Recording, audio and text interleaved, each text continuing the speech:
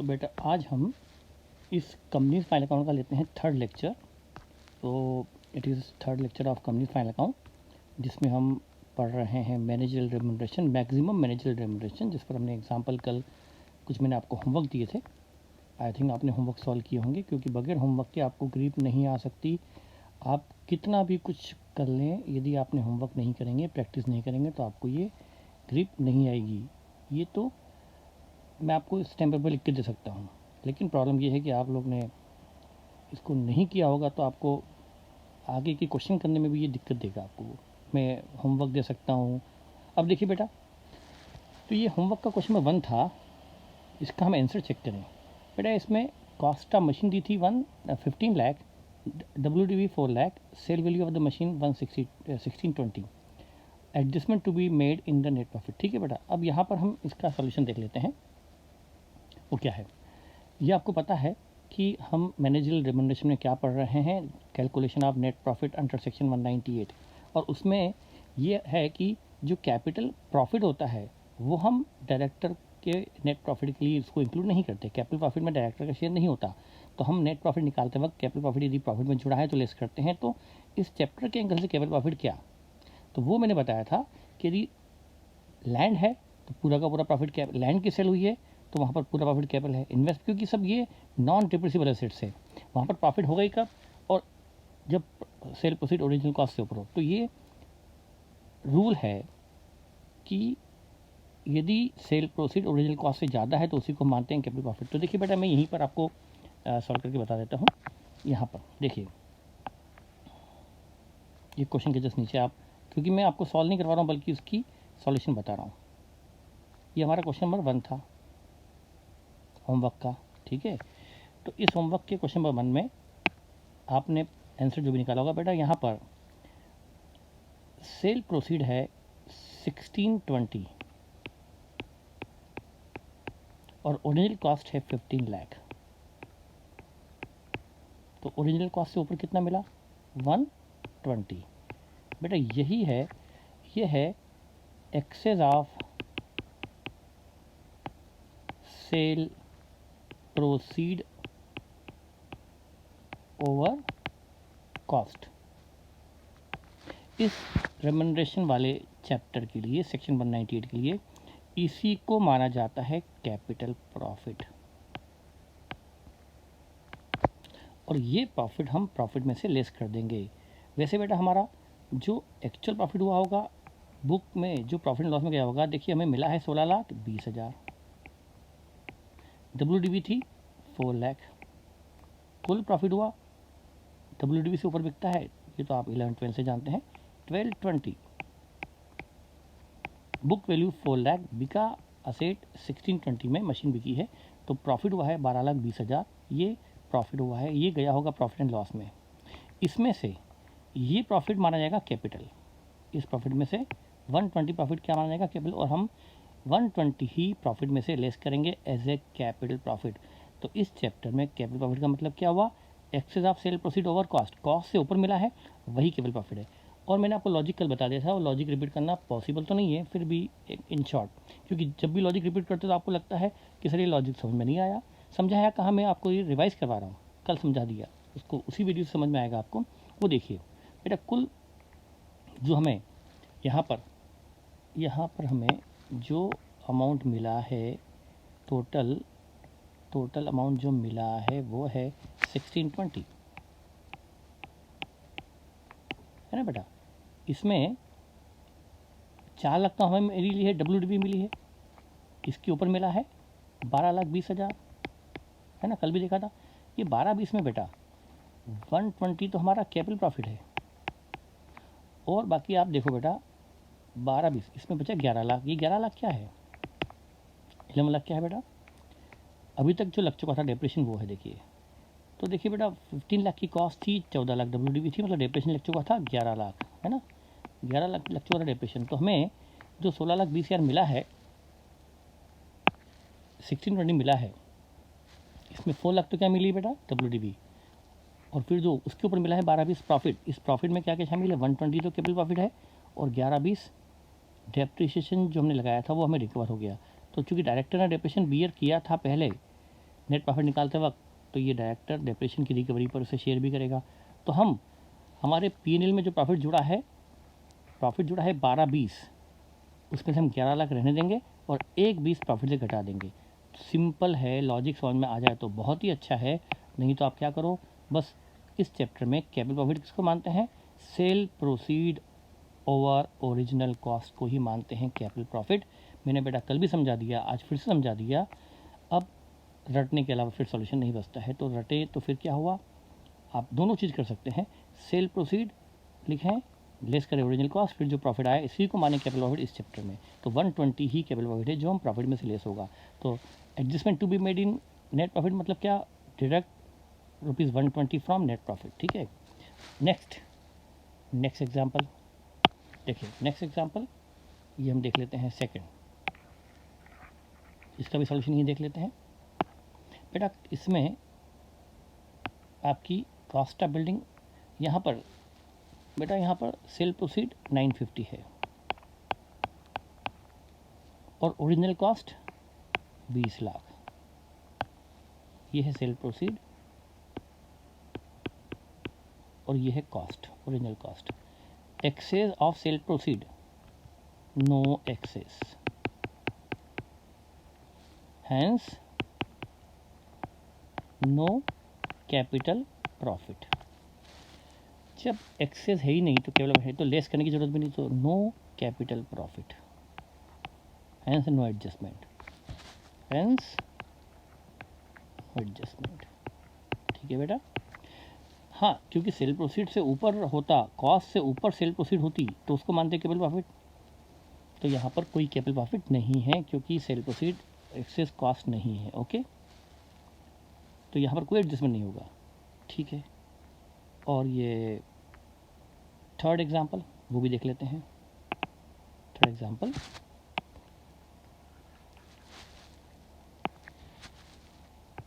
क्या है बेटा, थर्ड एग्जाम्पल देखिए बेटा, यहाँ पर सोल्ड एट 120,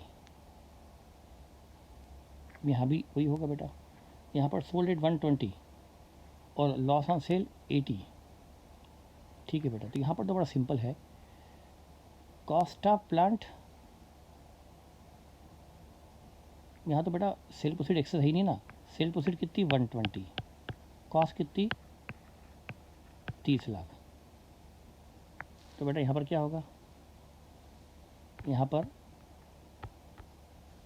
नो, वही की वही बात है, no access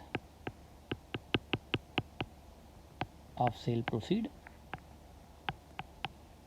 over cost, no capital profit, hence no adjustment, कोई एडजस्टमेंट होगा ही नहीं। ठीक है बेटा, तो ये लॉस, और सॉरी ये तो लॉस का था, ये तो सॉरी ये लॉस का मैटर था। ठीक है, यहाँ तो फिर वो प्रॉफिट हुआ ही नहीं, मैंने गलत देखा, सॉरी, ये तो लॉस का मैटर था। तो लॉस में बेटा यहाँ पर क्या हुआ, ये लॉस है 80 का लॉस है और ये लॉस डेप्रिसिएबल असेट्स पर है। तो डेप्रिसिएबल असेट्स पर जो लॉस हुआ है, मैंने क्या समझाया था, ये लॉस का क्वेश्चन है। डेप्रिसिएबल असेट में लॉस नहीं होता, बल्कि क्या होता है, वो शॉर्ट डेप्रिसिएशन प्रोवाइड प्रीवियसली। तो ये लॉस क्या होगा बेटा, इसका no adjustment needed, no adjustment required.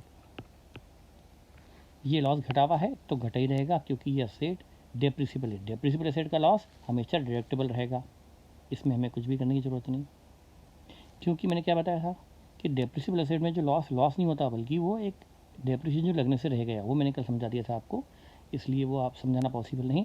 तो डेप्रिसिएबल एसेट का लॉस कभी एडबैक नहीं होगा, है ना, इसलिए नो एडजस्टमेंट। लेकिन बेटा यहाँ जो लॉस है, अगले एग्जाम्पल में देखिए, अगले एग्जाम्पल में लॉस है, ये क्वेश्चन नंबर 4 है, इसमें जो लॉस है ना, ये लैंड पर है, ये नॉन डेप्रिसिएबल एसेट्स है, तो it should be add back, it shall be added in net profit. मतलब हम जो नेट प्रॉफिट गिवन होगा, net profit of rupees, net loss sorry, तो लॉस घटा हुआ है, should be added back, added in net profit.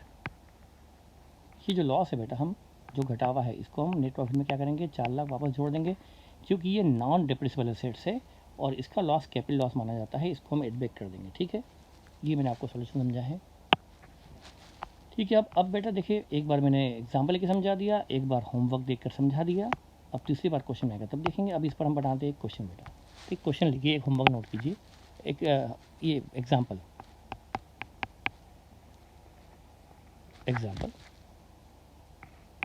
ये हमें दिया है profit and loss, GP 70 lakh,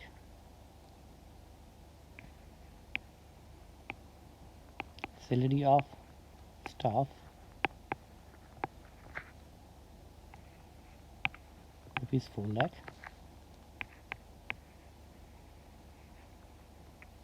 interest on loan 250, salary deductible item है, इंटरेस्ट डिडक्टेबल आइटम है, इसमें कोई एडजस्ट नहीं करना पड़ेगा। फिर हम लेते हैं यहाँ पर लेते हैं, हाँ इधर इनकम में लेते हैं बाय सब्सिडी 1 लाख रुपीज़ की सब्सिडी है। अब ये सब्सिडी की इनकम में डायरेक्टर को हिस्सा मिलेगा कि नहीं मिलेगा, क्या करना चाहिए? तो ये सब्सिडी की जो इनकम आई है प्रॉफिट एंड लॉस में, मतलब यहाँ पर subsidy from government, central, state government, जहाँ से भी आई है, जो सब्सिडी मिली है ये कंपनी के प्रॉफिट में जुड़ी है। तो इस प्रॉफिट में, इस सब्सिडी की इनकम में डायरेक्टर को शेयर मिले कि नहीं मिले, यदि मिलेगा तो हमें कुछ भी करने की ज़रूरत नहीं, तो हमें इसमें डायरेक्टर को शेयर देना है, क्योंकि सब्सिडी जो मिली है ये बिजनेस के को स्मूथ रनिंग के लिए पर्पज़ से मिली होगी, तो ये इसीलिए प्रॉफिट एंड लॉस में आई हुई है। तो इस सब्सिडी को उन्होंने इनकम में लिया है, तो इस सब्सिडी में भी डायरेक्टर का शेयर रहेगा। तो सब्सिडी, इसका लॉजिक देखें तो बेटा क्या हुआ होगा। फॉर एग्जांपल, अब इसका लॉजिक क्या है बेटा, ये कंपनी का P&L है, कोई कंपनी, और ये कंपनी किसी बैकवर्ड एरिया में है, मतलब यहाँ पर बिजनेस रहना बड़ा मुश्किल है, फिर भी कंपनी ने हिम्मत करके इस बैकवर्ड एरिया में अपना बिजनेस स्टार्ट किया। तो बेटा बैकवर्ड एरिया में क्या होता है, कई सारी मुश्किलें होती है, इवन कई बार स्टाफ की सैलरी बढ़ा के देनी पड़ती, कोई बैकवर्ड एरिया में जाना नहीं चाहता तो वहाँ पर स्टाफ की सैलरी बढ़ानी पड़ी, वहाँ पर बैकवर्ड एरिया में ट्रांसपोर्टेशन कॉस्ट बढ़ जाती है, बैकवर्ड एरिया में रिसोर्सेज कम होते हैं तो उनको अरेंज करने की कॉस्ट बढ़ जाती है।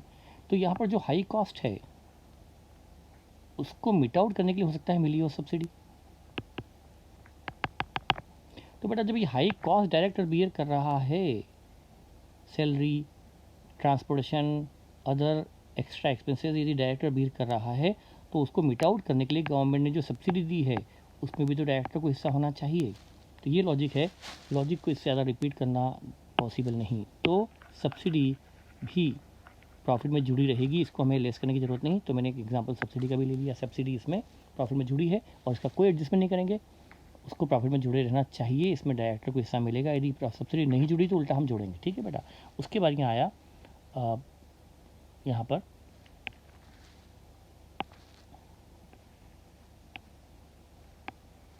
Loss on sale of furniture and fixture 80,000। ठीक है, फिर यहाँ पर है loss on sale of land. दो लॉस ली मैंने, एक फर्नीचर पिक्चर का, एक लैंड का, दोनों में फ़र्क क्या है, दोनों फिक्स्ड एसेट्स, फिर फ़र्क क्या है? फ़र्क तो आप कहेंगे सर एक तो फर्नीचर एक लैंड है और क्या फ़र्क है? अरे भाई ऐसा फ़र्क नहीं, फर्नीचर पिक्चर एक डेप्रिसिबल एसेट्स है और लैंड एक नॉन डेप्रिसिबल एसेट्स है, दोनों पे लॉस हुआ है, दोनों कैपिटल लॉस है। लेकिन हम जानते हैं इस सेक्शन के हिसाब से ये वाला लॉस हमें एडबैक करना पड़ेगा, क्योंकि ये नॉन, इसमें ये लॉस डेप्रिसिबल एसेट लॉस एडबैक कभी नहीं होगा, क्योंकि डेप्रिसिबल एसेट पर लॉस नहीं बल्कि वो डेप्रिसिएशन लगने से रह गया। मैं आपको लॉजिक बता चुका हूँ, लॉजिक समझना है तो आपका लेक्चर नंबर आपको सेकंड देखना पड़ेगा। तो इसका मतलब हमने दोनों लॉस लिए हैं, लैंड का लॉस जुड़ेगा कैपिटल लॉस के रूप में, लेकिन फर्नीचर का लॉस नहीं जुड़ेगा क्योंकि वो लॉस नहीं डेप्रिसिबल असेट का लॉस है। अच्छा तो मैं प्रॉफिट भी लेता हूँ बेटा दोनों को, by profit on sale of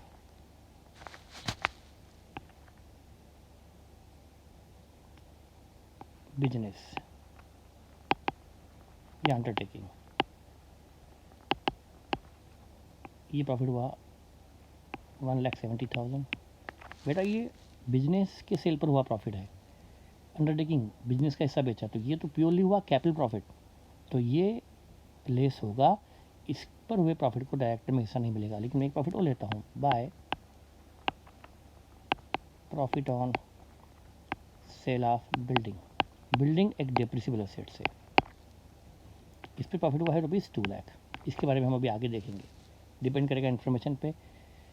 ठीक है बेटा, इसके बाद यहाँ पर हम अदर एक्सपेंसेस ले लेते हैं।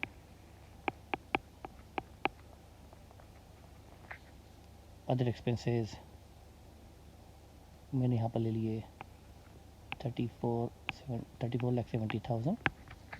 प्रोविज़न फॉर टैक्स जो हमेशा होना ही चाहिए, प्रोविज़न फॉर टैक्स यहाँ पर मैं ले लेता हूँ 7 लाख रुपीज़ या 750। और डिविडेंड मैंने यहाँ घटा दिया, डिविडेंड जो कि अप्रोप्रिएशन आइटम, ये खर्चा ही नहीं, गलती से आ गया अपील में, डिविडेंड 3 लाख का। उसके बाद बचा है नेट प्रॉफिट।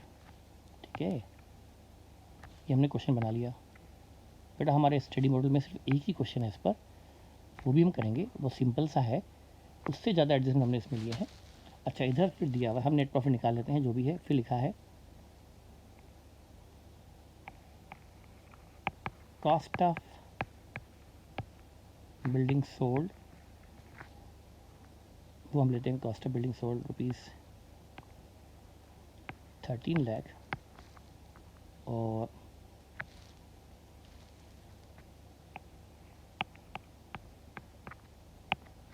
WDV, इसकी हम यदि WDV लें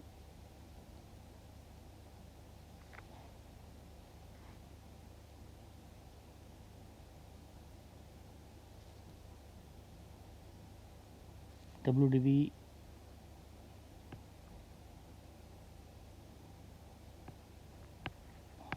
12 lakh.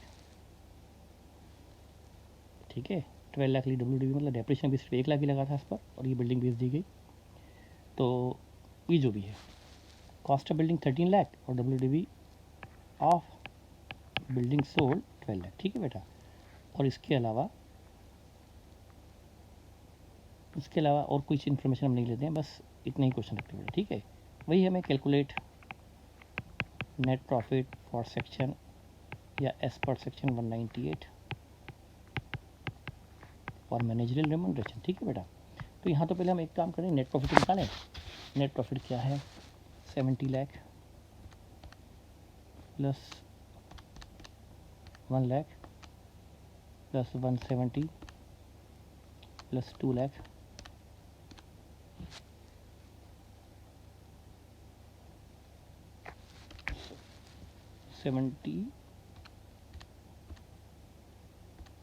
Seventy lakh plus 2 3 4 4,70,000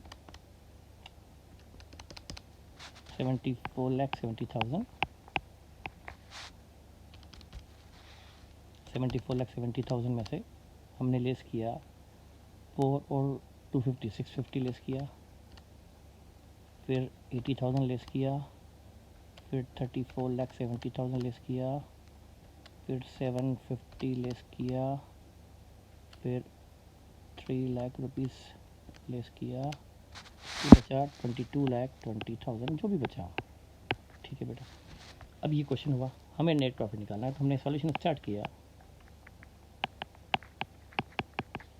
net profit given या net profit as per profit and loss statement 22,20,000। इसमें क्या क्या एडजस्टमेंट करना है, एड बेटा। सबसे पहले तो जो डिविडेंड गलत घटा हुआ है वो खर्चा है ही नहीं, वो प्रॉफिट में गलत घटाई है, तो आइटम ऑफ अप्रोप्रिएशन है, एड डिविडेंड। ये तो गलती से घट गया प्रॉफिट एंड लॉस में, इसको तो एड बैक करना ही पड़ेगा ₹3 लाख। फिर add provision for tax, provision for income tax जो घटा है, डायरेक्टर टैक्स नहीं, ये भी क्लियर करेगा, ये हम समझ चुके हैं, तो प्रोविजन फॉर टैक्स भी जोड़ दिया जाए ₹750। ठीक है, अब आता है अदर मैटर बेटा। ठीक है, नंबर 1 सब्सिडी का कुछ भी नहीं करेंगे, सब्सिडी का कुछ भी नहीं होगा। स्टाफ की सैलरी का, सब्सिडी का हमें कुछ भी लेस करने की ज़रूरत नहीं। स्टाफ की सैलरी घटी है, ऐड नहीं करेंगे। इंटरेस्ट ऑन लोन घटा है, ऐड नहीं करेंगे। हाँ, loss on sale of furniture fixture क्या करेंगे बेटा, ये कैपिटल लॉस तो है, लेकिन ये लॉस डेप्रिसिबल असेट्स पर है, तो डेप्रिसिबल असेट का लॉस एड बैक नहीं होता। हाँ, लेकिन loss on sale of land, oh sorry, मैं ये लॉस लेना भूल गया। मैं इसको ले लेता हूँ ₹1 लाख। ये प्रॉफिट हो गया 2120।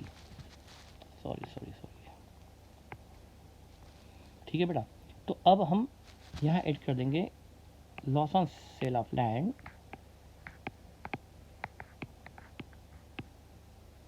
Bing capital loss. बेटा प्लांट फर्नीचर पिक्चर पे लॉस हुआ है, वो भी कैपिटल लॉस होगा, लेकिन वो डेप्रिसिबल असेट्स पर है। और मैं लॉजिक सेकंड वीडियो में बता चुका हूँ कि डेप्रिसिबल असेट पर लॉस नहीं, बल्कि वो डेप्रिसिएशन जो लगने से रह गया। और लैंड तो डेप्रिसिबल असेट है ही नहीं।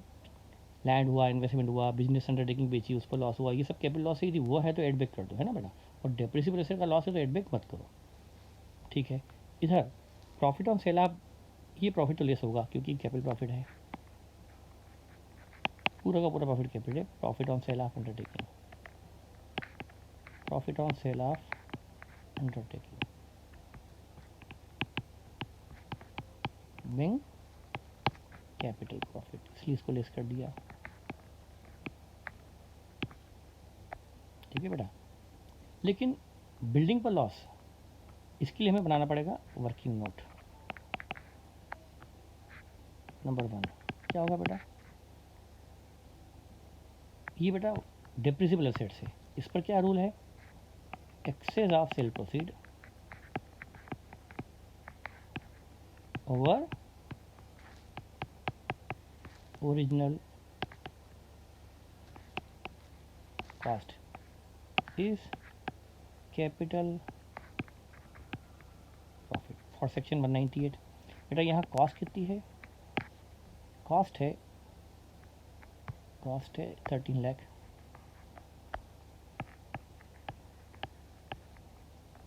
और सेल प्रोसीड बेटा 12 लाख की बिल्डिंग, WDV 12 लाख, और बेचने में प्रॉफिट हुआ है 2 लाख। 12 लाख की बिल्डिंग 2 लाख प्रॉफिट में बिकी, मतलब बिकी है 14 लाख में, ठीक है बेटा। 14 लाख क्या होगी, सेल प्रोसीड जो गिव रही थी हमने निकाल ली, क्योंकि 12 लाख की बिल्डिंग 2 लाख के प्रॉफिट पे बिकी है, मतलब बेचने पे 14 लाख मिला होगा, तभी तो 2 लाख का प्रॉफिट हुआ। तो यहाँ पर आ गया कैपिटल प्रॉफिट कितना आ गया, excess of sale proceed 1 lakh का प्रॉफिट है बेटा। यहाँ पर सेल प्रोसीड ज़्यादा है ओरिजिनल कॉस्ट से, कितने से, 1 लाख से, इसी को हम क्या मानते हैं, कैपिटल प्रॉफिट, और ये लेस करना होगा। Profit on sale of building सिर्फ 1 लाख लेस होगा। Profit on sale of building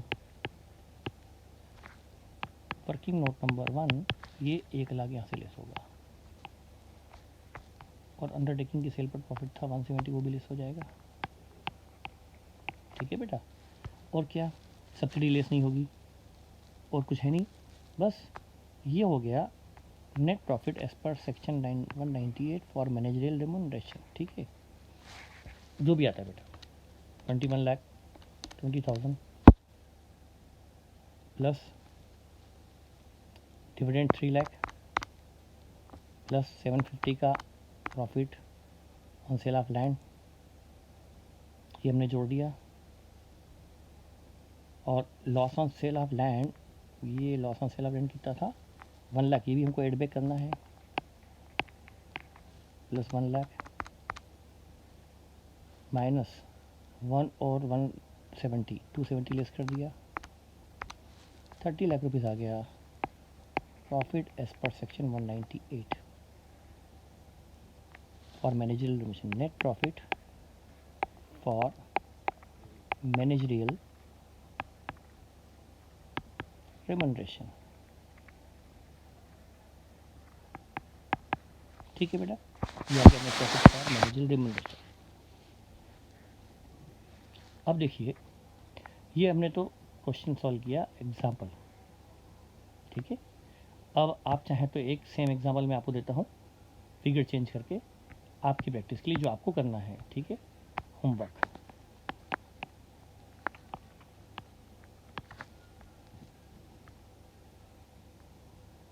ठीक है बेटा। पहले तो कई बार होमवर्क आप क्लास में करते नहीं थे, क्लास में कॉपी करते थे। अब तो आपको होमवर्क करना ही पड़ेगा घर पर, करना चाहें तो। देखिए बेटा, हमने बनाया P&L, उसके बगैर तो उद्धार नहीं है। नहीं करेंगे तो समझ में नहीं आएगा और फिर डाउट पे डाउट आएंगे। डाउट रेस करने के पहले ज़रूर सोचना कि हमने कितनी सिंसियरली उन एग्जाम्पल को समझा है, कितनी सिंसियरली क्वेश्चन को ट्राई किया है। ज़रूर डाउट पूछने के एक बार पहले अपने आप को एनालाइज करना बेटा।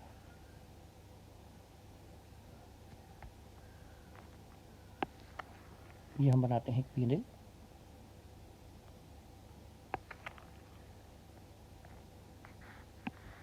हम क्वेश्चन को कोशिश करेंगे कि मॉडल से अच्छा क्वेश्चन बनाए। GP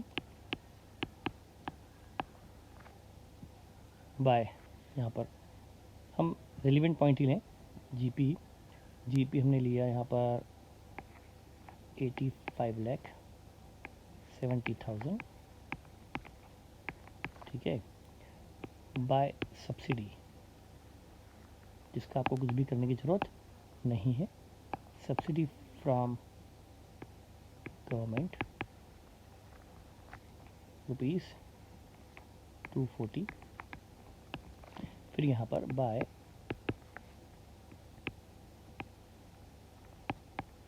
profit on sale of investment, ये कैपिटल प्रॉफिट है नॉन डिप्रेसिबल असेट से। ये असेट नॉन डिप्रेसिबल, ध्यान रखना बेटा। इस पर प्रॉफिट हुआ है ₹280 का। फिर यहाँ लेता हूँ मैं by profit on sale of building,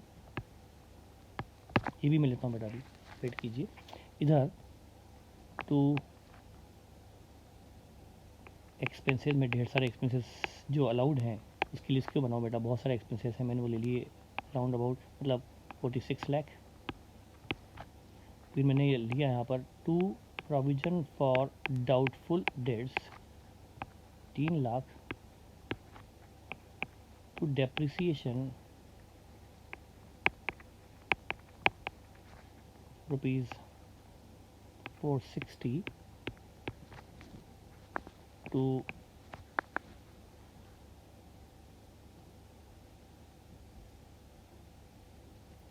यहाँ पर हम लेते हैं to loss on sale of plant ₹150। बेटा ध्यान रखना, ये loss on sale of plant है, प्लांट एक डेप्रिसिबल एसेट्स है, ठीक है। To loss on sale of land, बेटा ये लॉस कौन सा है,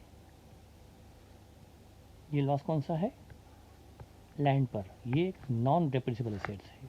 प्लांट एक डेप्रिसिबल एसेट था, लैंड एक नॉन डेप्रिसिबल एसेट्स है। मैंने दोनों लॉस लिए, ठीक है बेटा। टू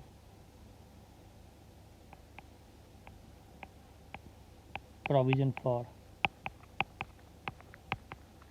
इनकम टैक्स जो घटा हुआ है, आप जानते हैं इसका क्या करना है।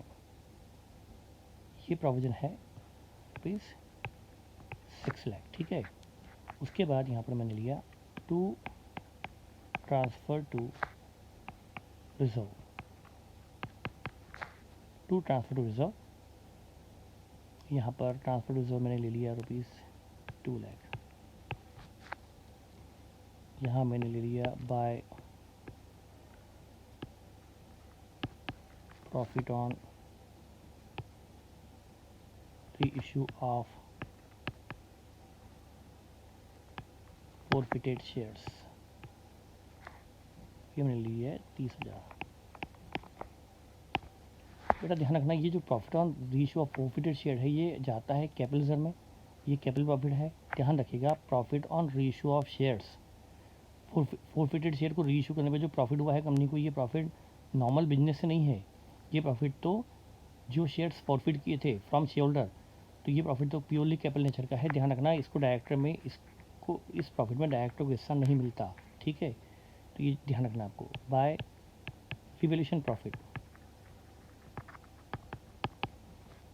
Revaluation profit on land, land को रिवैल्यू किया, इस पर प्रॉफिट हुआ 1,00,000। बेटा इस प्रॉफिट पर भी डायरेक्टर को हिस्सा नहीं मिलेगा, ये प्रॉफिट तो सिर्फ रिवैल्यूएशन है। ये प्रॉफिट भी सेक्शन 198 में स्पेसिफिकली है कि ये profit on issue of forfeited share और रिवैल्यूएशन प्रॉफिट ये स्पेसिफिकली डिसअलाउड है, मतलब इसमें डायरेक्टर को हिस्सा नहीं मिलता है। तो आप ध्यान रखिएगा, ये सेक्शन 198 में लिखा गया है कि रिवैल्यूएशन प्रॉफिट में भी डायरेक्टर का हिस्सा नहीं होता और प्रॉफिट ऑन री इशू ऑफ फॉरफिटेड शेयर पर भी डायरेक्टर का हिस्सा नहीं होता। इवन कोई सिक्योरिटी प्रीमियम वो भी कैपिटल प्रॉफिट है, वो भी गलती से पीएल में आ गई हो तो उसको भी लेस करना चाहिए, मैंने अभी वो नहीं लिए, ठीक है। तो बेटा ये भी हो गया। और ट्रांसफर टू रिजर्व तो आप जानते हैं एप्रोप्रिएशन है, और यहाँ आ जाएगा to net profit after all. बेटा नेट प्रॉफिट भी आप ही निकाल लेना, क्यों टाइम वेस्ट करें, ये नेट प्रॉफिट जो भी हो आप निकाल लेना, ठीक है। अब यहाँ पर अदर इन्फॉर्मेशन मैं यहाँ देता हूँ। Actual bad debts during the year, actual bad debts during the year rupees actual bad debts जो है वो रुपीज़ 180, ठीक है। ये पॉइंट नंबर 1 हुआ। अदर इन्फॉर्मेशन नोट देता हूँ। दूसरा है अभी मुझे profit on sale of building लेना बाकी जाना, cost of building sold, cost of building sold है, मैं लेता हूँ रुपीज़ 21 लाख, और WDV ऑफ बिल्डिंग सोल्ड, तो मैं लेता हूँ WDV, इसकी WDV थी 7 लाख रुपीज़,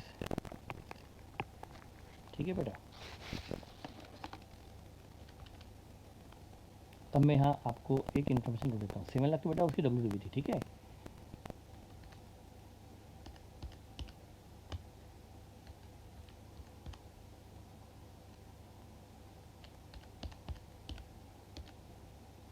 $15,60,000 प्रॉफिट हुआ था on sale of building, 15,60,000 profit on sale of building है, ठीक है बेटा। अब ये आपको गिवन है, ठीक, ये है इन्फॉर्मेशन नंबर 2। अदर इन्फॉर्मेशन में क्या बचा, आई थिंक इसकी ज़रूरत ही नहीं है। हाँ, एक चीज़, depreciation as per rates given in schedule 2 of companies act, या आप ये मान लेंगे एज पर, तो ये डेप्रिसिएशन जो बेटा ऊपर वाला डेप्रिसिएशन ये जो है ना 460, ये है एज पर बुक्स, लेकिन कंपनीज एक्ट के हिसाब से जो रेट्स है ना वो डेप्रिसिएशन है ₹5 लाख, ठीक है बेटा। कैलकुलेट नेट प्रॉफिट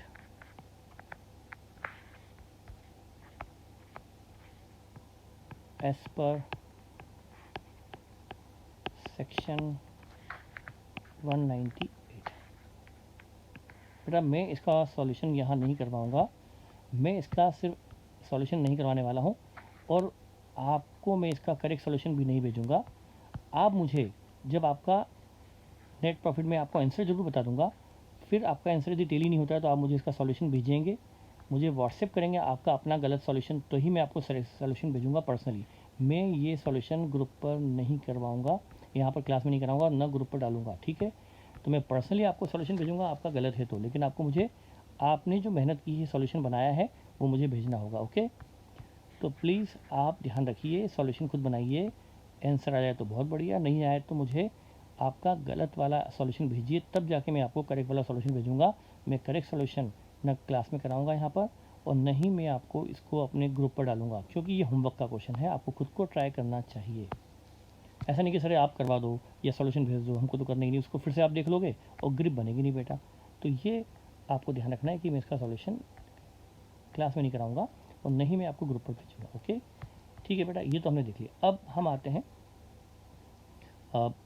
मॉड्यूल के क्वेश्चन पर। स्टडी मॉड्यूल का जो क्वेश्चन है, वो हम देख लेते हैं इस पर। देखिए बेटा ये क्वेश्चन है, ये हमारे नोट्स में भी है। देखिए क्वेश्चन नंबर 1 नोट्स का ये मॉड्यूल का है और आपके नोट्स में भी ये क्वेश्चन है, आप निकाल सकते हैं। देखिए बेटा ये क्वेश्चन जो दिया है, मैंने नोट्स की बजाय मॉड्यूल ले लिया है, एक ही बात है। देखिए इसमें आपको बाय बैलेंस सी डी दिया हुआ है, बाय बैलेंस सी डी 572 350, ठीक है बेटा। ये 572 350 जो बैलेंस बी डी है प्रॉफिट एंड लॉस का, आपको सबसे पहले अब देखिए प्रॉफिट एंड लॉस की क्रेडिट साइड 572 350, ठीक है बेटा। तो ये जो प्रॉफिट है, क्या ये तो पिछले साल का प्रॉफिट है, ओपनिंग बैलेंस है पी का बेटा। ये इसमें डायरेक्ट हिस्सा क्यों मिलेगा, क्योंकि इसमें तो डायरेक्ट हिस्सा प्रीवियस ईयर में मिल चुका होगा। तो हमें ये क्या करना पड़ेगा, हमारा जो नेट प्रॉफिट है बेटा, जो नेट प्रॉफिट गिवन है ना यार 14,20,185, ये इसमें से हमें ओपनिंग बैलेंस क्या करना पड़ेगा, लेस करना पड़ेगा। क्यों लेस करना पड़ेगा, क्योंकि ये प्रॉफिट प्रीवियस ईयर का है और हम प्रॉफिट कब का चाहते हैं, इस साल का प्रॉफिट, इस साल का रेम्यूनरेशन भी इस साल का। तो हमें प्रीवियस ईयर का प्रॉफिट जो है 572 350 इस प्रॉफिट में से लेस करना होगा। फिर बैलेंस फ्रॉम ट्रेडिंग अकाउंट, ये तो जीपी है, जीपी में तो कुछ दिक्कत है नहीं। सब्सिडी फ्रॉम गवर्नमेंट, इसमें कोई दिक्कत है नहीं, ये जुड़ा रहेगा। इधर एडमिनिस्ट्रेशन एक्सपेंस घटे हैं, सेलिंग एक्सपेंस घटे हैं, कोई दिक्कत नहीं, घटे रहेंगे। डायरेक्टर फीस बेटा, ये डायरेक्टर रेम्यूनरेशन नहीं है, ये डायरेक्टर फीस है। मीटिंग अटेंड करने की जो फीस दी जाती है, मीटिंग फीस या सिटिंग फीस, डायरेक्टर फीस, ये डिडक्टिबल आइटम है, it is not director remuneration, तो ये घटी रहेगी। Interest on debenture add back नहीं होगा क्योंकि ये तो यूजुअल एक्सपेंसेस है। हाँ मैनेजरल रेम्यूनरेशन ये हमें एड बैक करना पड़ेगा। क्यों बेटा, ये तो हम निकालने जाएंगे, वो डायरेक्टर फीस थी, वो रेम्यूनरेशन नहीं था, ये डायरेक्ट मैनेजरल रेम्यूनरेशन ये एड बैक करना पड़ेगा। डेप्रिसिएशन 522 543 ये हम एड बैक करेंगे और डेप्रिसिएशन एज पर कंपनीज एक वाला घटाएंगे। प्रोविजन फॉर टैक्सेशन ये एड बैक करेंगे क्योंकि ये इनकम टैक्स डायरेक्टर भी नहीं करता। ट्रांसफर टू जनरल रिजर्व ये एड बैक करेंगे क्योंकि ये कोई खर्च नहीं बल्कि अप्रोप्रिएशन है।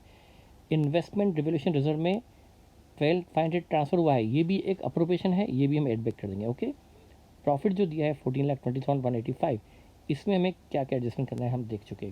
Depreciation on fixed asset as per schedule 2 of the companies act 2013 was 575,345. You are required to calculate the maximum limit of the managerial remuneration as per Companies Act. यहाँ पर उन्होंने नेट प्रॉफिट नहीं पूछा, क्या पूछा है, maximum limit of remuneration. बेटा वो तो 11% है, maximum limit of managerial remuneration as per company act 11% है। तो हम क्या करेंगे बेटा, इस क्वेश्चन में नेट प्रॉफिट निकाल लेंगे एज पर सेक्शन 198 और उस नेट प्रॉफिट पर 11% लगा देंगे क्योंकि वो मैक्सिमम लिमिट है। तो उससे क्या आ जाएगा, maximum limit of managerial remuneration, ठीक है। तो हमें क्या करना है, पहले नेट प्रॉफिट निकालना है एज पर सेक्शन 198 और उस नेट प्रॉफिट पर हम लगा देंगे 11%, तो हमारा आंसर निकल जाएगा maximum limit of managerial remuneration. Okay, तो बेटा इसमें बड़ा सिंपल क्वेश्चन है, हम क्या करेंगे, ये जो प्रॉफिट है 14,20,185 ये ले लेंगे, इसमें से क्या क्या एडजस्ट करेंगे बेटा, 572 लेस करेंगे क्योंकि ये प्रीवियस ईयर का प्रॉफिट है, वो लेस कर देंगे, not belongs to current year. फिर बेटा हम क्या करेंगे, मैनेजरियल रेमुनरेशन जोड़ देंगे क्योंकि ये तो हमें निकालना है, ये तो अननोन है। डेप्रिसिएशन 522 वाला जोड़ देंगे और 575 वाला लेस कर देंगे। प्रोविजन फॉर टैक्स जोड़ देंगे, जनरल रिजर्व में जो गया है ये जोड़ देंगे और इन्वेस्टमेंट रिवोल्यूशन रिजर्व में जो गया है ये भी जोड़ देंगे।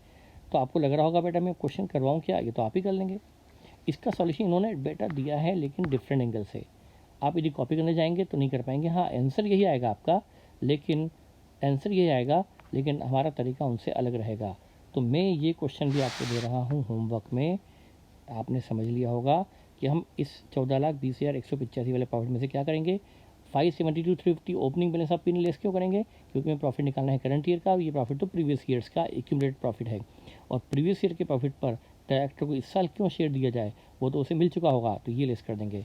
और हम डायरेक्टर रेमुनेशन भी ऐड करेंगे क्योंकि वो हमें निकालना है। डेप्रिसिएशन 522 ऊपर गिवन वाला ऐड कर देंगे और नीचे जो एज पर शेड्यूल 2 वाला है वो लेस कर देंगे। और फिर टैक्स प्रोविजन एड बैक करेंगे, ट्रांसफर रिजर्व एड बैक करेंगे और investment revolution reserve add back करेंगे। तो हमारा आंसर वही आएगा जो उनका है, उनका तरीका हमसे अलग है लेकिन आंसर सेम रहेगा। आई होप ये क्वेश्चन इतना आसान है कि आप खुद सॉल्व कर सकते हैं। ओके बेटा, तो ये आपको ही सॉल्व करना है। तो ये हमने एक ही क्वेश्चन दिया है मॉड्यूल में जो हमने सॉल्व किया है इस मैनेजरियल रिमुनरेशन पर, ठीक है। और मैंने आपको होमवर्क में एक क्वेश्चन दिया है जो आप सॉल्व करेंगे, उससे आपके कॉन्सेप्ट भी क्लियर होंगे और इस क्वेश्चन की ग्रिप बनेगी। ओके बेटा, तो ये हमारा इस पर और यदि क्वेश्चन करना चाहें तो हम कर सकते हैं, पर मुझे क्वेश्चन इसमें मॉड्यूल में नहीं मिलेंगे, नहीं यहाँ पर है और नहीं आगे कहीं क्वेश्चन दिए हैं। तो इतने क्वेश्चन वैसे काफ़ी हैं, क्योंकि मैंने करवाया आपको कम है, लेकिन आप चाहेंगे तो मैं एक आध क्वेश्चन और करवा सकता हूँ।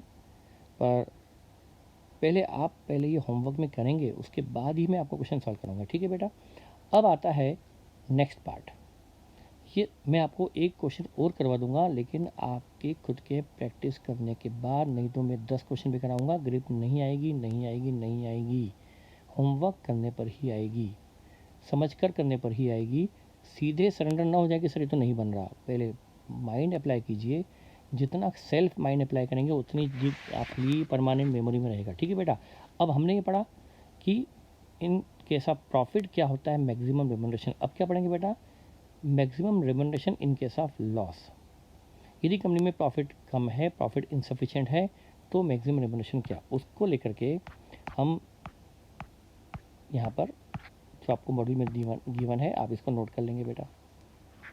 ये एज इट इज नोट कर लेंगे। ये जो दिया है आपको, remuneration payable by companies having no profit और इनएडिक्वेट प्रॉफिट, ठीक है। मिला बेटा आपको ये क्या लिखा है, रेम्युनरेशन पेबल बाय, ये सेक्शन सेकंड जो बात है, remuneration payable by companies having no profit और इनएडिक्वेट प्रॉफिट, इनसफिशिएंट प्रॉफिट। जैसे मैंने कहा प्रॉफिट बेटा 10,000 है, 10,000 का 5% क्या होगा, मैक्सिमम 500 रुपया 1% का, तो ये तो पॉसिबल नहीं की। तो इस केस में क्या मिलता है वो देखिए। यदि कंपनी में लॉस है या प्रॉफिट कम है तो कितना मिल सकता है रेम्युनरेशन, वो आपको नोट कर लेना चाहिए अपनी कॉपी में। उसके लिए देखिए बेटा, ये दिया है यहाँ पर, ये क्या दिया है, where the effective capital is negative और लेस देन 5 करोड़। ये क्या होता है इफेक्टिव कैपिटल, ये भी मैं समझाऊंगा, पहले आप इसको नोट कर लीजिए। यदि देखिए डिपेंड करता है बेटा साइज़ ऑफ कंपनी पर, और साइज़ ऑफ कंपनी मतलब साइज़ ऑफ कंपनी उसकी कैपिटल से पता पड़ती है। फंडामेंटल क्या है, ध्यान से सुनिए, जिस कंपनी में डायरेक्टर को ज़्यादा फंड मैनेज करना पड़ रहा है, वो कंपनी में रेम्युनरेशन ज़्यादा होगा। जिस कंपनी में कम फंड्स हैं, यानी डायरेक्टर को कम फंड मैनेज करने पड़ रहे हैं, तो वहाँ डायरेक्टर का वर्कलोड कम है, तो वहाँ रेम्युनरेशन भी कम होगा। समझिए मेरी बात को बेटा, मैं क्या बोला मैंने, जहाँ बड़ी कंपनी है तो ज़्यादा रेम्युनरेशन, छोटी कंपनी है तो कम रेम्युनरेशन। अब बड़ी छोटी का क्या, बड़ी मतलब जिसमें कंपनी की इफ़ेक्टिव कैपिटल ज़्यादा है। यदि कैपिटल ज़्यादा है तो वहाँ पर, अब आप सोचिए ना बेटा, एक कंपनी है 5,000 करोड़ की, जहाँ 5,000 करोड़ के फंड लगे हुए हैं, इन शॉर्ट में बात कर रहा हूँ। और बेटा 5,000 करोड़, और एक कंपनी ऐसी जहाँ सिर्फ 50 करोड़ लगे हुए हैं। तो आप सोचिए ना, जो 50 करोड़ वाली कंपनी है वहाँ वर्कलोड कम होगा, और जहाँ 5,000 करोड़ या 50,000 करोड़ कंपनी में लगा हुआ है, वहाँ वर्क या मैनेजमेंट वर्क या रिस्क बहुत ज़्यादा होगी। तो ऐसे केस में छोटी कंपनी 50 करोड़ वाली कंपनी के डायरेक्टर का रेम्युनरेशन कम होगा, और बड़ी कंपनी 5,000 करोड़ की फंड वाली कंपनी का डायरेक्टर का रेम्युनरेशन ज़्यादा होगा, इन केस ऑफ लॉस और in case of insufficient profit. तो उसके लिए लिमिट क्या दी है, अब ये इफेक्टिव कैपिटल क्या होती है हम अलग से पढ़ेंगे, पर अभी ब्रॉडली समझ लीजिए। इफेक्टिव कैपिटल मतलब वो कैपिटल जो कंपनी के बिजनेस को चलाने में काम आ रही है इफेक्टिवली। जो फंड कंपनी में आया और फालतू पड़ा है वो इफेक्टिव नहीं, तो वो डायरेक्टर मैनेज नहीं कर रहा। वो फंड जो डायरेक्टर मैनेज कर रहा है वो होती है इफेक्टिव कैपिटल। यदि कंपनी की इफेक्टिव कैपिटल 5 करोड़ से कम है, लेस देन 5 करोड़, 5 करोड़ से कम, नॉट 5 करोड़ भी नहीं है, 5 करोड़ से कम, तो वहाँ पर लिमिट क्या है बेटा, limit of yearly remuneration payable should not exceed 60 lakh per annum है बेटा। ये एक पर्सन को, ये है पर पर्सन, लिमिट क्या है 60 लाख पर पर्सन, मैनेजल पर्सन है ना बेटा। यदि कंपनी 5 करोड़ या उससे ज़्यादा की है लेकिन 100 करोड़ से कम की है, लेस देन 100 करोड़, तो वहाँ पर रेम्युनरेशन क्या हो सकता है, पर person 84 lakh rupees per annum हो सकता है। और यदि कंपनी 100 करोड़ या उससे ज़्यादा की है लेकिन 250 करोड़ से कम की है, तो रेम्युनरेशन कितना होगा 120 लाख, यानी 1 करोड़ 20 लाख पर एनम पर पर्सन, ठीक है बेटा। हाँ ये बात ज़रूर है कि कंपनी स्पेशल रेजोल्यूशन पास करके इन सब लिमिट को डबल कर सकती है, पर एग्ज़ाम में तो हमें यही लिमिट फॉलो करनी है। इस पर क्वेश्चन आ सकता है, ये हमारा एक सेपरेट क्वेश्चन हो गया। इसमें जो हमने पढ़ा था अभी वो अलग था, अब हम पढ़ रहे हैं remuneration in case of loss और in case of insufficient profit. Okay, अब ये इफेक्टिव कैपिटल हम अभी पढ़ेंगे, पहले इसको आपको लिख लेना होगा एज इट इज़। ठीक है बेटा। अब यदि इफेक्टिव कैपिटल 250 करोड़ या उससे ज़्यादा है तो क्या है बेटा, ये हुआ है 250 करोड़ उससे ज़्यादा, तो 1 करोड़ 20 लाख यानी 120 lakh plus 0.01% of the effective capital in excess of 250 crore. ये भी मैं समझा दूंगा आपको, पहले इसको आप नोट कर लीजिए, ठीक है। यदि इफेक्टिव कैपिटल 250 करोड़ या उससे ज़्यादा है तो उनको रेम्युनरेशन कितना मिल सकता है, 120 लाख यानी 1 करोड़ 20 लाख प्लस 250 लाख से जितनी भी ऊपर इफेक्ट कैपिटल है। मान लो इफेक्ट कैपिटल है 400 करोड़, 400 करोड़ तो क्या होगा बेटा, 400 करोड़ की इफेक्टिव कैपिटल वाली कंपनी में रेम्युनरेशन कितना होगा मैक्सिमम, तो कितना होगा बेटा 120 लाख प्लस, फिर कितना 120 lakh plus 0.01% of the effective capital in excess of 250। 250 के ऊपर कितना है बेटा 400 करोड़ है और वो 250 से ज़्यादा है 150 करोड़। 150 करोड़ का 0.01% कितना होगा 150 करोड़ इंटू 0.01%, ये कितना हुआ बेटा 0.015। तो मतलब ये होगा कि वहाँ पर डायरेक्टर को 150 करोड़ का मतलब 0.015 करोड़, ठीक है,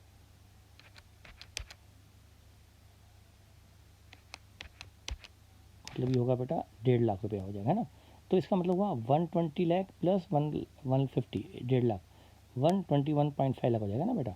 वो हम कभी एग्जाम्पल में देख भी लेंगे। तो ये आपको बेटा पहले लिख लेना है ना, लिमिट क्या है इन केस ऑफ लॉस और in case of insufficient profit. और फिर हम अभी क्या पढ़ना बचा है, अभी हम पढ़ेंगे इफेक्टिव कैपिटल का मतलब क्या है और फिर उसका एक एग्जाम्पल भी लेंगे, ठीक है। पहले आप इसको नोट कर लीजिए, ठीक है। और हम और मेरे ख्याल से अब आज के लिए इतना ही रखते हैं, आज का लेक्चर कम रखते हैं क्योंकि मैं चाहता हूं कि आप पहले होमवर्क करें। सेक्शन 198 के नेट प्रॉफिट के लिए आपको मेहनत करना बहुत ज़रूरी है बेटा। तो आज के लिए मैं इतना ही कर रहा हूँ और बाकी कल देखेंगे, ठीक है। Okay, thank you.